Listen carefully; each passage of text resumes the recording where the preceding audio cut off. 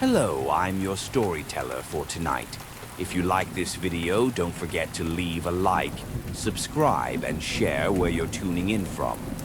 Now, settle in, get comfortable, and let the story carry you away. The Verdant Hearth, a chronicle of time's undoing.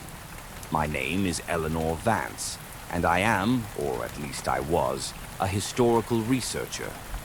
My life, until very recently, was a meticulous tapestry of dusty archives, faded photographs, and the quiet thrill of unearthing forgotten narratives. I sought out the past, not to romanticize it, but to understand its enduring echoes in the present. It was this very pursuit that led me, with an ironic twist of fate, into a past from which I may never truly escape. The brochure for The Verdant Hearth had been an exquisite piece of anachronism itself. Heavy cream paper, embossed with a swirling, vaguely Celtic knot, and an artist's rendering of a grand gabled inn nestled deep within the Catskill Mountains.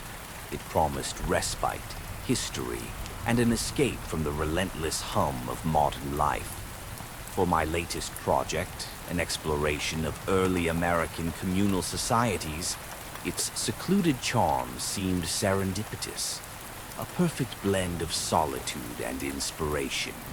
I remember the drive distinctly, the winding country roads, the canopy of ancient oaks gradually closing in, filtering the afternoon sun into dappled, shifting mosaics on the asphalt. My skepticism, a professional companion, hummed softly in the background. Such isolated places often had their quirks, their quaint eccentricities that merely added to their charm. Yet, as I turned onto the unpaved lane leading to the inn, a subtle prickle of unease traced its way up my spine. The air grew still, heavy with the scent of damp earth and something else, something metallic, like ozone before a storm, or perhaps dried blood clinging to forgotten stones. The inn itself was magnificent, a colossal Victorian structure that seemed to have grown organically from the very bedrock of the mountain. Its dark wood facade, weathered to a somber gray, was softened by a riot of ivy and crimson Virginia creeper that climbed all the way to the eaves. But beneath the picturesque beauty, an undeniable sense of stillness permeated the grounds. No bird song, no rustling of leaves beyond the wind's occasional sigh. Even my tires on the gravel driveway seemed unnaturally loud, their crunch swallowed almost immediately by the profound silence. The front door, a heavy slab of polished oak, swung inward before my hand even reached the wrought iron knocker. A woman stood in the threshold, her figure delicate, almost ethereal, framed by the dim light of the foyer. Her hair, the color of spun moonlight, was pulled back in an elegant chignon, and her simple dark dress seemed to belong to another era. But it was her eyes that held me captive, vast, intelligent pools of an unsettling cerulean, ancient and knowing, that saw far more than they should. Eleanor Vance, I presume. Her voice was a silken whisper, warm as mulled wine, but with an undercurrent of something impossibly old, like the creak of timber in a ship long lost at sea. Welcome to the Verdant Hearth. We've been expecting you. The phrase, so common in hospitality, landed with the weight of prophecy. I forced a smile, my internal alarms now ringing with a quiet urgency. Yes, that's me. Agnes Thorne, I take it? She nodded, a faint, almost imperceptible smile gracing her lips. Indeed. Come in, come in. The mountain air can be quite penetrating this time of year. Stepping across the threshold was like passing into a different temporal dimension. The air inside was cool, dry, and carried the ghost of wood smoke and lavender, mingled with that persistent metallic tang. The foyer was a cavernous space, adorned with heavy, dark furniture and oil portraits, whose subjects' eyes seemed to follow my every move. Intricate, swirling symbols, remarkably similar to the one on the brochure, were carved into the wooden banister that coiled upwards into the shadows. I traced one with my finger, feeling a subtle vibration, a faint hum beneath the polished surface. Agnes led me through dimly lit hallways, her movements fluid and silent, like a wisp of smoke. The inn was immaculate, almost eerily so for such an old place. Not a speck of dust marred the gleaming surfaces. The antique furniture seemed polished daily, and yet there was a feeling of profound disuse, a strange, preserved inertia. I noticed anachronisms. A modern alarm clock on a mantelpiece next to a century-old grandfather clock. A sleek, almost alien-looking device integrated seamlessly into a wall panel, its surface pulsating with a faint, internal glow. Each detail was a discordant note in the symphony of the past, raising the hairs on my arms. My room was on the 3rd floor, overlooking a sprawling, overgrown garden. It was spacious, with a 4-poster bed draped in heavy velvet and a large, ornate mirror dominating one wall. "Dinner is at 7 in the main dining room, Eleanor." Agnes's voice drifted from the doorway, her eyes, those unsettling blue pools, fixed on me. "Don't be late. We cherish our traditions here." The implication hung in the air, a silken thread of warning. After Agnes departed, I unpacked quickly, my mind buzzing. This place was a paradox, a living anachronism. My researcher's curiosity, a dangerous ally, began to override my mounting apprehension. I needed to explore, to understand. The gardens, as promised, were breathtaking, though tinged with a wild, untamed beauty that bordered on the sinister. Ancient trees, their branches gnarled like arthritic fingers, stood sentinel over beds of perennially blooming nightshade and moonflowers. Hidden among the foliage, I discovered them. Dozens of stone statues, figures of men and women, all staring towards the inn, their faces worn smooth by time, their eyes hollow and accusatory. They didn't feel like mere garden ornaments. They felt like silent witnesses, frozen in perpetual vigil. A soft rustle in the dense thicket behind me made me whirl around. A man emerged, tall and lean, with the deep lines of years etched onto his face, his hands calloused from toil. He wore a simple canvas apron, stained with earth and green. "Enjoying the grounds, Miss Vance." His voice was a low rumble, friendly but with a strange, watchful quality. "Gabriel, at your service." "Eleanor," I corrected, extending a hand. "Yes, they're beautiful. But these statues, they're quite unique." Gabriel's smile faltered for a fraction of a second, a fleeting shadow crossing his face. "Ah, the old guard. Family heirlooms, you might say. Best not to pay them too much mind." His eyes, the exact shade of hazel as the dry leaves underfoot, darted towards the inn. "Agnes expects everyone promptly for dinner. Wouldn't want to keep her waiting." The dinner bell's resonant clang, echoing through the twilight, sent a fresh shiver down my spine. The conversation was cut short, leaving me with a profound sense of unease. Back in the inn, the grand dining room was a tableau from another century. A long mahogany table, gleaming under the soft glow of oil lamps, was set with heavy silverware and mismatched china that bore the same swirling knot symbols I'd seen elsewhere. 5 other guests, all older with an unsettling stillness about them, were already seated, their eyes uniformly dark and intense, turning to me as I entered. They felt less like individuals and more like a collective entity, a silent jury. Agnes, now dressed in an elaborate high-collar gown of deep emerald velvet, glided to my side. "So glad you could join us, Eleanor." We were just about to begin. The meal that followed was an exercise in surrealism. The food, though ostensibly exquisite, a rich venison stew, freshly baked bread, tasted curiously bland, as if its flavor had been siphoned away. The other guests conversed in hushed tones, their words laced with arcane references and inside jokes that I couldn't follow. Every attempt I made to ask about the inn's history, its previous owners, or the peculiar statues was met with a polite but firm change of subject, or a collective, unsettling silence. Their smiles were fixed, too wide, their movements unnervingly precise. Then came the dessert. Agnes presented it herself, a blood-red sorbet swirling in delicate crystal bowls. "Our special verdant elixir," she announced, her voice resonating with an unusual power. "A tradition for new arrivals. It helps one truly acclimate to the hearth." A profound sense of dread washed over me, a gut instinct screaming to refuse. But the collective gaze of the other guests, their expectant smiles, held me captive.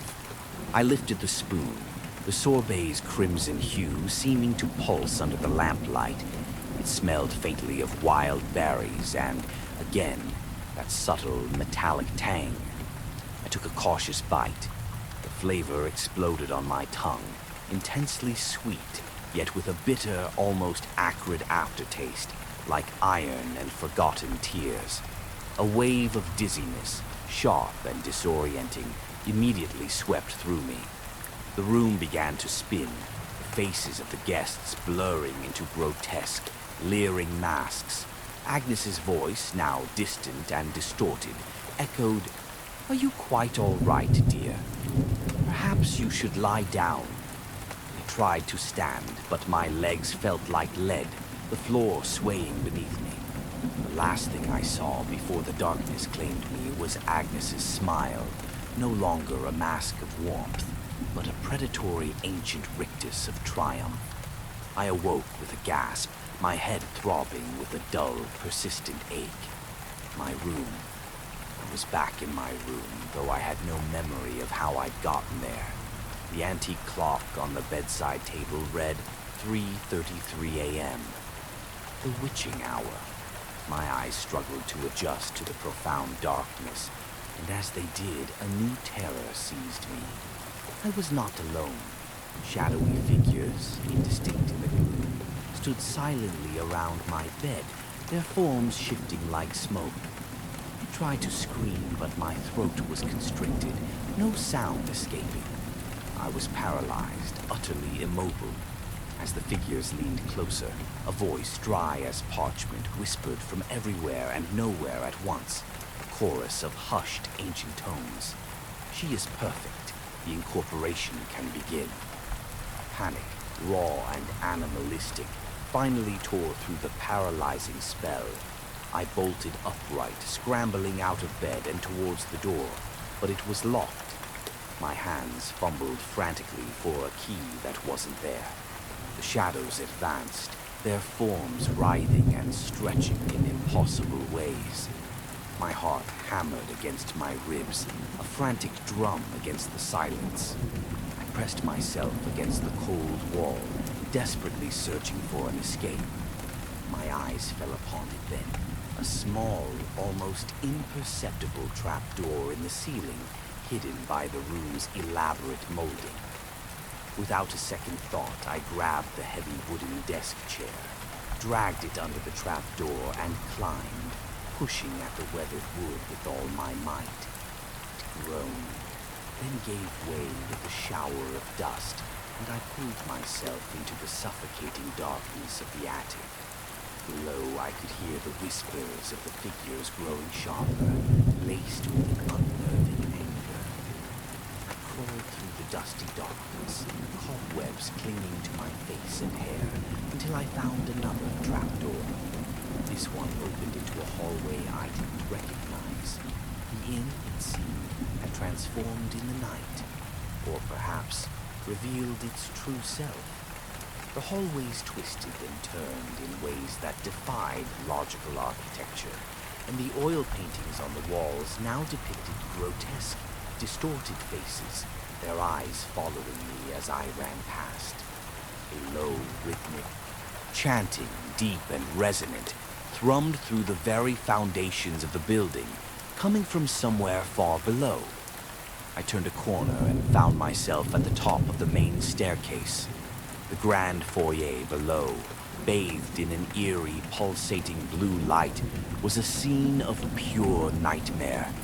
Agnes, Gabriel, and the other guests stood in a wide circle, now clad in deep crimson robes, the swirling knot symbols emblazoned on their chests in glowing gold thread. Their faces, illuminated by the unnatural light, were no longer human. Their skin was taut and pale, their eyes burning with an unholy inner luminescence.